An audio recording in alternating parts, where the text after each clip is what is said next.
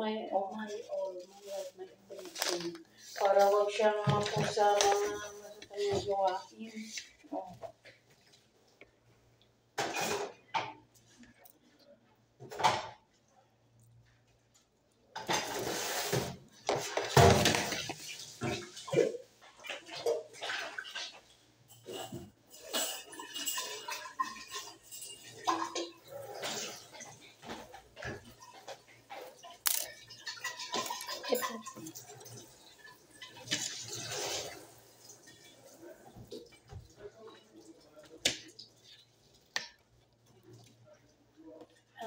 Ako, Bisaya ako, pero pag hindi ko anak, hindi ako namamalo.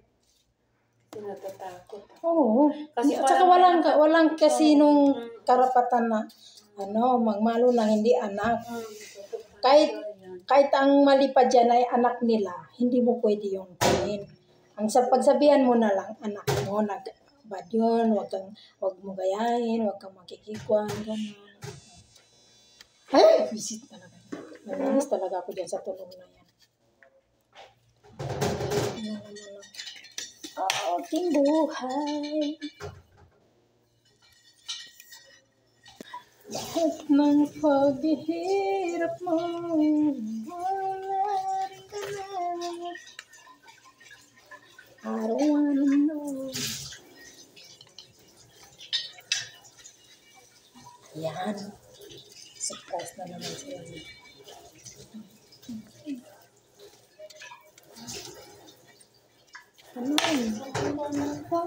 Yung IMG nga niya, sabi ko, ba't ganyan ka magpaliwanag galit? Kung magpaliwanag tayo ng mga tanong product o marketing website, anong bagay, dapat may hinahon tayo paliwanag kung magsalita. Kasi, siyempre pag galit, parang may something naman. Pilitin dahil ano ba ang product at kapalit mo. Pinaliwanag sa akin, parang style of the testament, doon ka magkaroon ng future. Hindi dapat magkaroon ka ng business na apartment lang o kayo ng kondo, kukuha ako. Pero ganyan naman, parang gusto mo naman akong ilagay agad sa sitwasyon na ganyan. Ingatan ko ang sarili ko.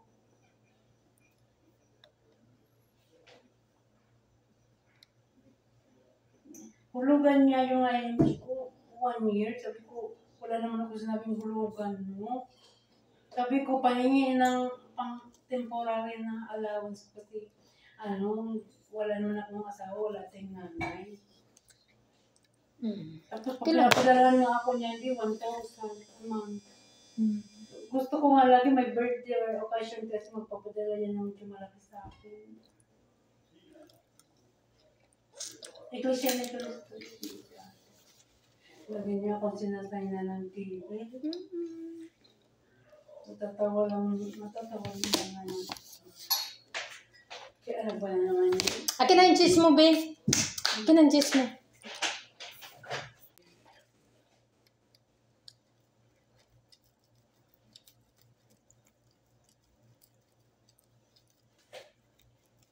Hap lang ay lagyan ko ng cheese. Lagyan naman niya ako ng mga artista na mga kasamahan niya ng mga artista talaga sa channel ko. Ay, hindi naman porket mga artista yun. Kukuha ko nga IMG. Wala naman akong partner. Alam mo kung magkano ang IMG 1 month? 4,500. Obe, tago mo to, be. Sakto na yan. Hindi naman ako may ganyan.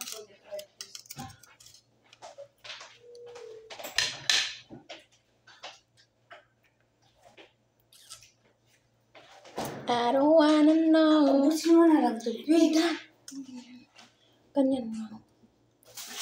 Ito. Nasa iyo na yan. Pera mo yan. Ito pa, be. Tago mo rin ito. Be, pang anytime na. Ba? Kailangan natin.